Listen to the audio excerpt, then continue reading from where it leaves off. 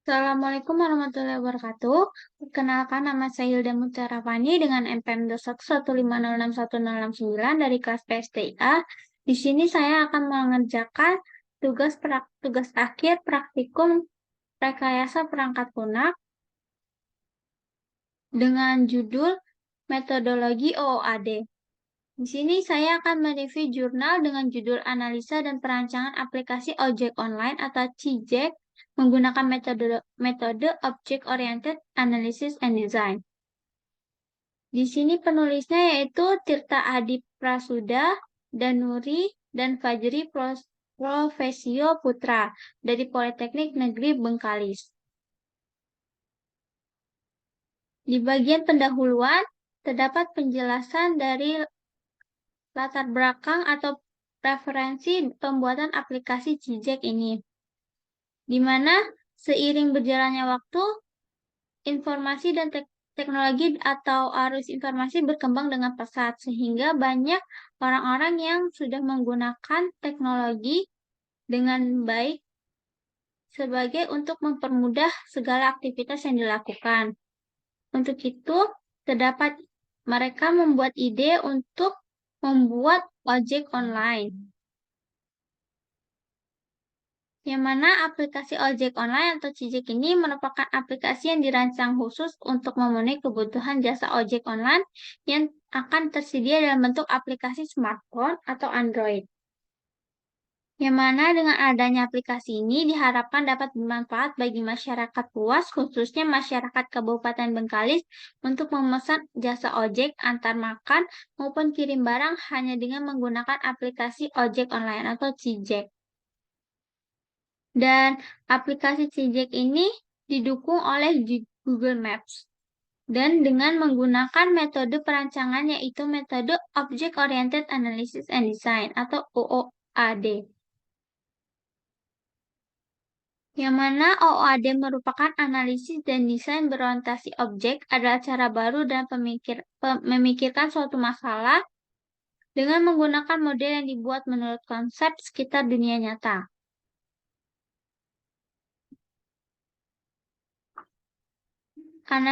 Alasan peneliti menggunakan metode OOAD karena model analisis pada analisa dengan metode terstruktur tidak cukup formal untuk diimplementasikan secara langsung ke bahasa pemrograman. Sistem nyata harus diadaptasi ke lingkungan di mana sistem kelak akan diimplementasikan, dan hasil analisis dapat divalidasi menggunakan perancangan berorientasi objek. Kelebihan dari menggunakan metode OOAD yaitu bahwa relasi objek dengan entitas umumnya dapat di-mapping dengan baik seperti kondisi pada dunia nyata dan ketertarikan sistem. Hal ini dapat memudahkan dalam memahami desain. Lalu ada tinjauan pustaka yaitu referensi dari berbagai pembuatan aplikasi online.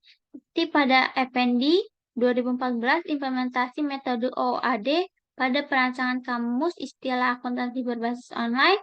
Lalu ada penelitian dilakukan oleh Umar dan Prabowo pada tahun 2016 tentang pencarian dan pemesanan travel berbasis mobile dengan Google Maps API. Lalu ada menurut penelitian Neiva dan Tamara tahun 2016 tentang perancangan aplikasi e-canteen berbasis Android dengan menggunakan metode Object Oriented Analysis dan Design atau OOAD. Lalu ada penelitian dilakukan oleh Andra Mawan dan kawan-kawan pada tahun 2018 tentang rancang bangun aplikasi pemesanan jasa perbaikan komputer, laptop dan smartphone. Yang mana berdasarkan dari kajian-kajian tersebut, peneliti membuat aplikasi objek online atau CJEK ini yang mana membuat perbedaan antara aplikasi CJEK dengan yang lainnya, yaitu pada aplikasi ini dirancang menggunakan model OOAD, yang mana penelitian yang paling dekat dengan penelitian ini adalah penelitian yang dilakukan oleh Andra Mawan dan kawan-kawan pada tahun 2018, karena aplikasi yang dibangun mendekati tentang layanan jasa yang bisa dilakukan pemesanan secara online, termasuk pemesanan ojek online. Lalu ada metode penelitian. Yang pertama yaitu prosedur penelitian. Metode analisa dan perancangan yang digunakan pada prosedur penelitian ini menggunakan metode pengembangan Object-Oriented Analysis dan Design.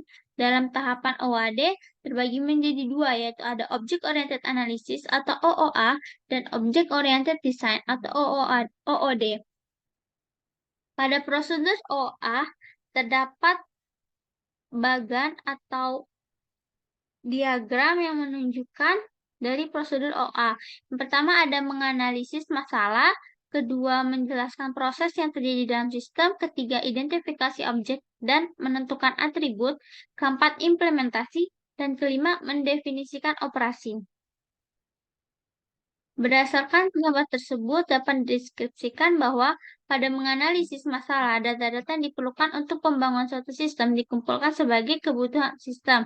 Lalu setelah terkumpul, peneliti dapat melakukan analisa pada rumusan masalah yang terjadi, kemudian menganalisa dan menggambar aliran sistem yang lama dari data yang telah didapat sebelumnya. Lalu yang kedua, menjelaskan proses yang terjadi dalam sistem. Fungsi dari sistem yang akan dibangun bersumber dari data yang diperlukan. Untuk pembangunan suatu sistem dikumpulkan, digambarkan. Lalu yang ketiga, identifikasi objek dan menentukan atribut, di mana pada tahap ini peneliti menentukan suatu objek dan menetapkan spesifikasi atau perilaku dan atribut-atribut dari objek tersebut. Yang keempat, ada implementasi, yaitu menerapkan prosedur yang telah disusun pada data-data yang telah dikumpulkan. Kelima, mendefinisikan operasi, yaitu menjelaskan operasi yang memungkinkan bisa untuk diimplementasikan dan yang tidak bisa diimplementasikan. Lalu yang kedua ada prosedur OOD. Yang pertama itu ada desain subsistem, yang kedua desain objek dan kelas, yang ketiga ada desain pesan. Pada desain subsistem berisikan yaitu representasi masing-masing subsistem yang memungkinkan perangkat lunak mencapai persyaratan yang didefinisikan oleh pelanggannya, dan untuk mengimplementasikan infrastruktur yang mendukung persyaratan pelanggan. Yang mana desain subsistem ini menggambarkan tabel-tabel yang digunakan dalam sistem. Yang kedua yaitu desain objek dan kelas, yang mana berisikan hierarki kelas yang memungkinkan sistem diciptakan dengan menggunakan generalisasi dan spesialisasi yang ditargetkan secara perlahan. Lalu ada desain pesan yang berisi detail memungkinkan masing-masing objek berkomunikasi dengan kolaboratornya. Lalu ada analisis kebutuhan yang mana pada tahap ini melakukan komunikasi dengan beberapa pengemudi ojek. Yang berdasarkan hasil komunikasi, peneliti mengetahui proses pemesanan jasa ojek masih dengan sistem manual seperti tukang ojek menunggu di pangkalan dan memesan makanan atau barang melalui SMS atau telepon. Lalu didapatkan yaitu analisis kebutuhan fungsional, yang mana fungsi minimal yang dibutuhkan dalam aplikasinya yaitu satu, fungsi pengelolaan data driver, fungsi pengelolaan data mitra, fungsi pengelolaan data pelanggan, dan fungsi pengelolaan data transaksi pemesanan. Yang mana fungsi-fungsi tersebut merupakan fungsi utama yang ada di aplikasi pemesanan jasa online. Lalu ada analisis kebutuhan non-fungsional. Yang pertama, usability requirement, yang mana kebutuhan pengguna dalam aplikasi pemesanan layanan atau jasa secara online terdiri dari masyarakat umum, tukang ojek, pemilik toko atau jasa di daerah Bengkalis. Yang kedua, security recruitment, yaitu berdasarkan usability recruitment dalam aplikasi Gojek, yaitu admin, driver ojek, mitra, dan user. Pada analisis ini menyediakan hak akses bagi suatu pengguna dan membatasi hak akses bagi pengguna yang lain. Yang ketiga ada perancangan. Setelah melakukan tahapan analisis, selanjutnya perancangan sistem yang terdiri dari, yaitu ada sistem yang sedang berjalan, yang mana proses yang terjadi saat ini, konsumen langsung datang ke penyediaan jasa atau toko, bisa juga melalui SMS atau telepon, namun tidak menjanjikan pesan tersebut direspon pihak toko atau penyedia jasa. Lalu ada rancangan sistem yang diusulkan, yang mana sistem yang diusulkan merupakan suatu aplikasi Gojek berbasis Android sebagai wadah bagi penyedia jasa toko dalam melakukan transaksi penjualan agar lebih mudah dipesan dan diketahui oleh masyarakat secara luas. Untuk pembayaran pesanan konsumen bisa dilakukan dengan COD atau cash on delivery dan melalui saldo akun pengguna pada aplikasi. Lalu ada hasil penelitian dan pembahasan, yang mana pada aplikasi ini bisa dijelaskan dengan menggunakan sebuah desain pada konsep OOAD yang memuat yaitu use case diagram dan kelas diagram yang akan dibangun dengan UML. Yang mana UML sendiri atau Unified Modeling Language adalah bahasa spesifikasi standar yang dipergunakan untuk mendokumentasikan, menspesifikasikan, dan membangun perangkat lunak. Yang mana UML ini berorientasi pada objek dan juga merupakan alat pendukung untuk mengembangkan sistem desain. Berikut ini yaitu use case diagram yang menggambarkan fungsionalitas yang diharapkan dari sebuah sistem. Yang mana di sini terdapat aktor yang merupakan sebuah entitas manusia atau mesin yang berinteraksi dengan sistem untuk melakukan pekerjaan-pekerjaan tertentu. Di sini terdapat pengguna yang bisa melakukan interaksi yaitu register, login, membuat pesan, dan juga melakukan feedback atau rating. Lalu terdapat aktor driver yang bisa melakukan register, login, konfirmasi pesanan, validasi pesanan, antar pesanan. Lalu ada aktor admin yang bisa melakukan aksi yaitu mengelola data atau produk jasa. Lalu ada aktor mitra yang dapat melakukan interaksi yaitu register, login, mengelola data produk atau jasa, lalu konfirmasi pesanan dan juga kode validasi.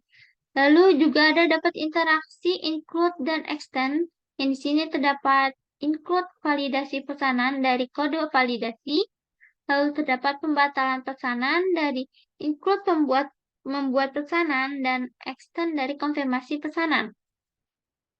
Lalu terdapat set lokasi sebagai input membuat pesanan dan pembayaran juga set lokasi mitra sebagai input dari membuat pesanan juga.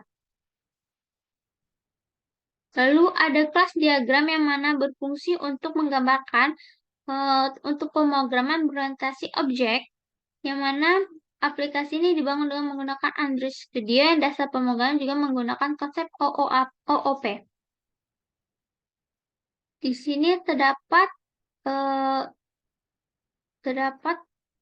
kelas diagram induk, yaitu transaksi, dengan kelas transaksi, dengan atribut, yaitu ada TR, pelanggan, driver, item dengan tipe integer, dan lalu ada attitude,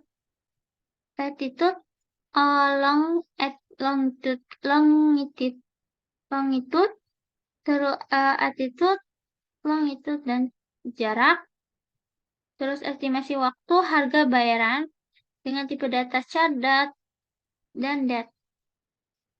Lalu ada kelas diagram turunan.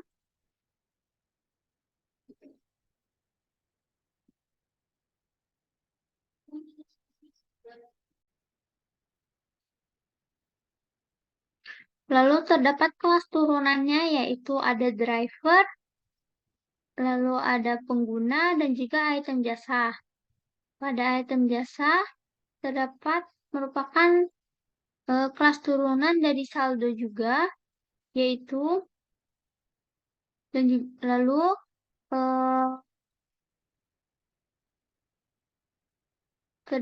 pada item jasa juga terdapat kelas turunan, yaitu ada toko. Lalu di toko juga ada kelas turunan, yaitu mitra. Lalu di sini ada induk dari toko juga dengan kelas kategori item.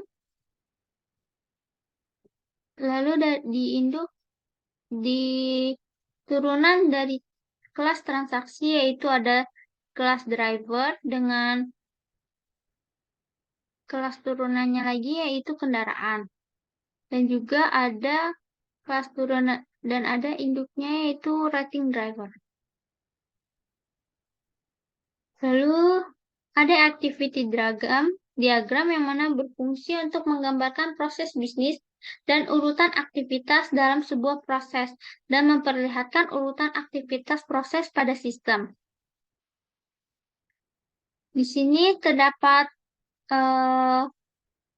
aktor dari user dan sistem, yang mana pertama dimulai dari user, melakukan login aplikasi, lalu membuka menu utama, lalu bisa memilih fitur pesanan yang nanti akan diarahkan ke sistem untuk menampilkan maps atau lokasi.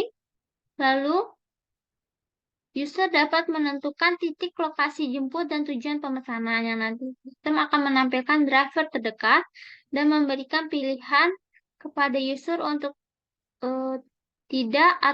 untuk memilih driver iya atau tidak. Jika tidak, akan kembali ke menu utama. Jika ya, sistem akan melakukan hitungan harga pesanan, yang mana terdapat result dari jarak pemesanan. Lalu, user bisa melakukan konfirmasi pesanan.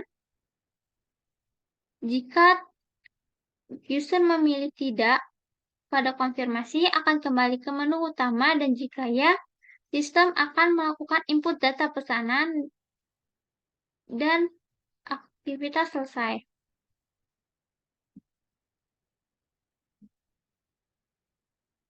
Itu saja yang bisa saya jelaskan.